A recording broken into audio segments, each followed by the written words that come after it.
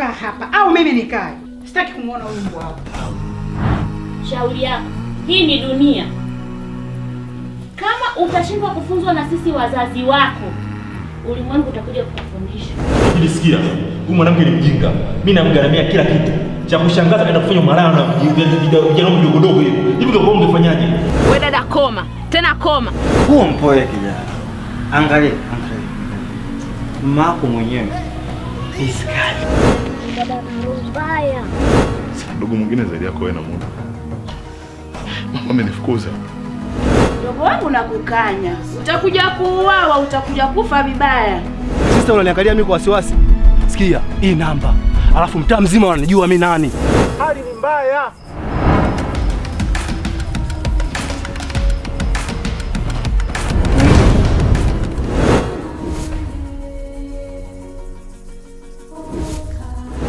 Sawa. Mimi mchawi. Najua mchawi kanioga ndo nakufundisha nini adabu. Sasa sitakumbia mali.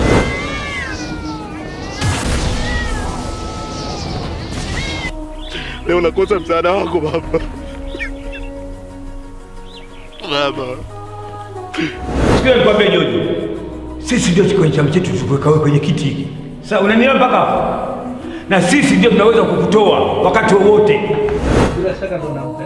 Yaani nimehusika kabisa na nafsi inaniuma. Nimehusika kwa baba yake, nimehusika kwa yeye. Jamani.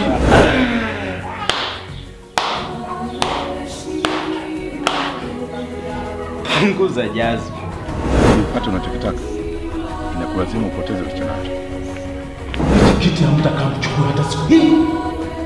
Na wewe unanifahamu vizuri. Nyamaza wewe. Hivi umeanza kuongelea taratibu, umevuna nini wewe?